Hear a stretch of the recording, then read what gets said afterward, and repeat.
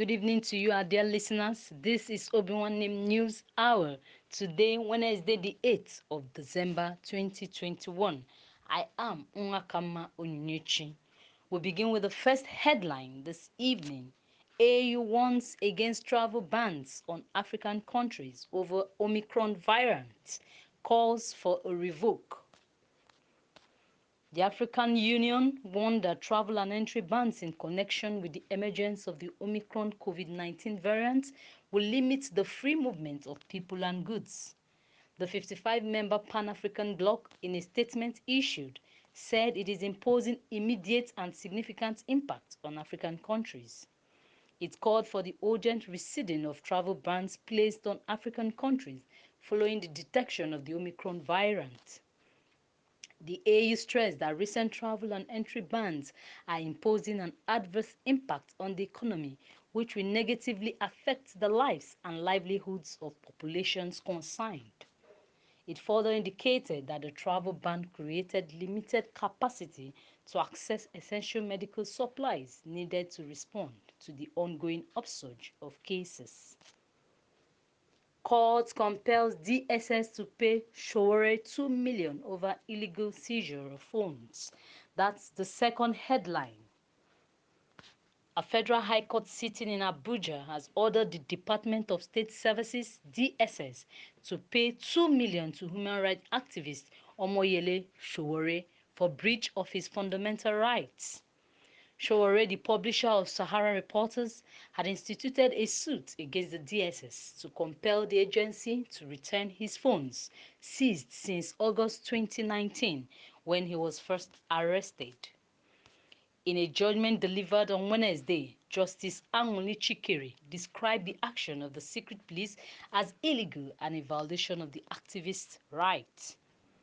She also asked the DSS to apologize to Sowore in 2 national dailies. The activist lawyer, Mrs. Fumi Falono, had prodded the DSS lawyer on the illegality of the seizures when the case came up on December 1st. We're not behind bomb implantation in Southeast. Nigerian security agents are responsible, IPOB alleges. That's the third headline. The indigenous people of Biafra, IPOB, on Wednesday accused Nigerian security agents of planting improvised explosive devices, IEDs, across the southeast. Spokesman of IPOB, Emma Powerful, claimed that the IEDs were planted to implicate its members and militia arm, the Eastern Security Network, ESN. Powerful was reacting to a statement by the Nigerian Army and Police that IPOB and ESN planted IEDs in Awamama Oru East local government area of Imo State. In a statement he signed, Powerful said the claim by the Army and Police that they thwarted IPOB and ESN attacks using IEDs were false because the explosives are not from the separatist group. According to IPOB, such claims are false propaganda that troops thwarted IPOB and ESN attacks on 2 Imo communities and uncovered IEDs, adding that it is another desperate but futile attempt by the Nigerian security agencies to implicate IPOB and ESN operatives. The fourth headline for this evening, gunmen kill FRSC official in Ondo. Suspected killers have shot dead an official of the Federal Road Safety Commission, FRSC, Sunday Omiwoye in Ondo State. Eyewitness accounts said that the victim was shot at close range by the suspected killers in front of his friend's house, situated along Agbala area behind St. Monica's Girls Grammar School in Ondo State. The killers were reportedly pursuing some people and the victim was said to have prevented them, hence he was shot. According to reports available to Obinwannem News, the FRSC official went visiting his friend with his wife, and while he was trying to alight from his motorbike, some people ran towards him to seek refuge from those pursuing them. The FRSC official challenged them, and instead of explaining why they were pursuing the people, One of them shot him at close range and he died instantly. ExEnugu Commissioner Nnam remanded in Enugu Correctional Center over alleged forgery. That's the next headline. Former Commissioner for Lands and Urban Development in Enugu State, who left the government few weeks ago, Surveyor Victor Nnam, was last Friday remanded at the Enugu Correctional Center over alleged forgery, theft, and obtaining land by false pretense. Nnam was remanded on the order of a federal high court sitting in Enugu, presided over by Justice I.N. Buba, where he was arraigned on 10-count charges of converting to himself Aruga Layout, Obinwannem Obiagu Community, Enugu, an offense contrary to Section 15, 1A of the Money Laundering Prohibition Act 2011. Nnam was alleged to have committed falsification of documents, theft, and forgery offenses while he was a staff of Private Estate International West Africa, developers of Enugu Lifestyle and Gulf City. According to the prosecution, Nnam also allegedly obtained forged affidavits of fact dated 27th day of October 2017 from Chief Chibogu Eze, Elder Oko Christian, Chief Ogojiofo Ebo, with which he laid claim to the said layout. Documents which were said to have been disclaimed by the persons mentioned through affidavits filed before the same court. The former commissioner, however, pleaded not guilty to the charges. Justice Buba granted him bail in the sum of 200 million and 2 reliable sureties in the like sum. The court also ordered that the defendants shall not travel outside Nigeria without prior approval from the courts. Qatar and Turkey declares extension of currency swap deal.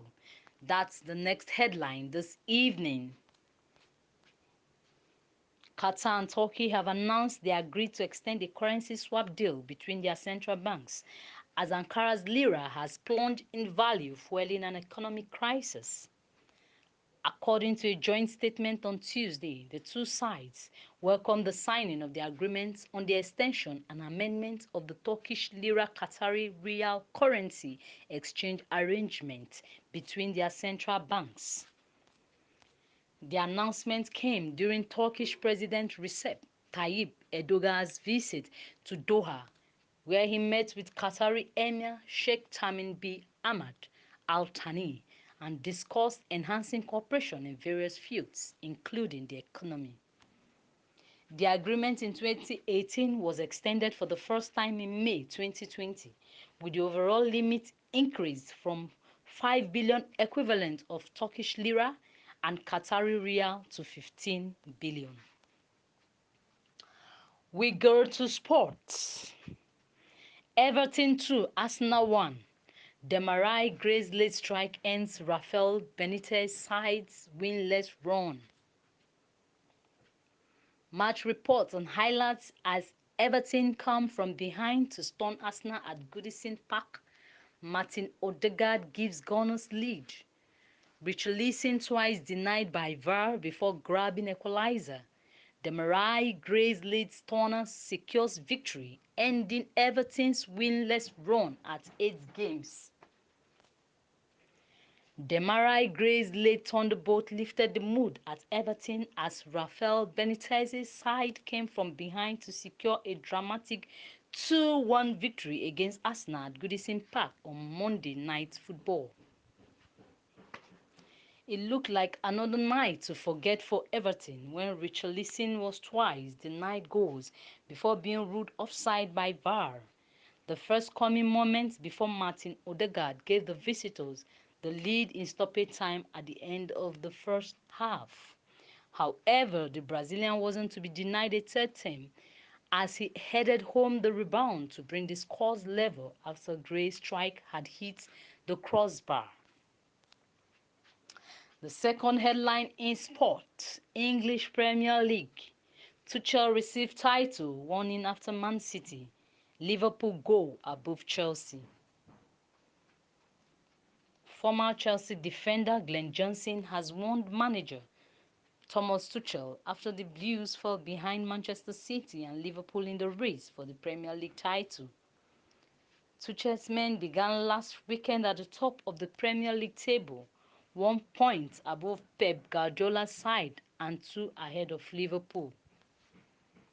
However, Chelsea surrendered to just their second Premier League defeat of the season against West Ham on Saturday, losing 3-2 against the Hammers at London Stadium.